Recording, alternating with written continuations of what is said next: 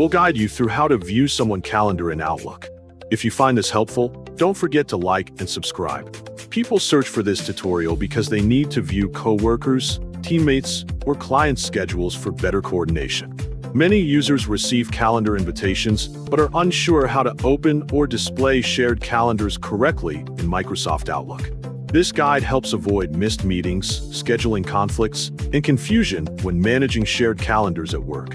To begin this tutorial, open Microsoft Outlook on your computer. Type your Outlook email address into the provided field to log in to your account securely. After entering the correct address, click Continue to proceed with the login process. Once you are signed in successfully, go to the Mail section after signing in to make sure you are viewing your email environment. Next, open your inbox to view incoming messages that have been delivered to your account. Carefully locate the email that contains a calendar invitation sent to you by another person. After finding the correct message, click Accept to accept the shared calendar invitation and allow Outlook to process the request.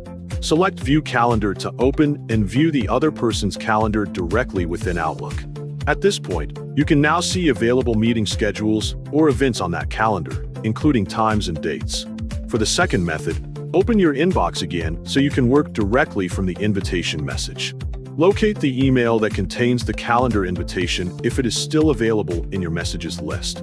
Once you have found it, click Accept to confirm the calendar sharing request.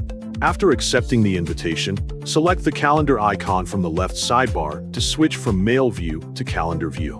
In the Calendar panel, check the calendar from the sender to display it alongside your own calendar. You can now view the meeting schedules or events available on that calendar and compare them with your own availability. This method allows you to quickly review shared schedules, plan meetings, and stay informed about upcoming events without leaving Outlook.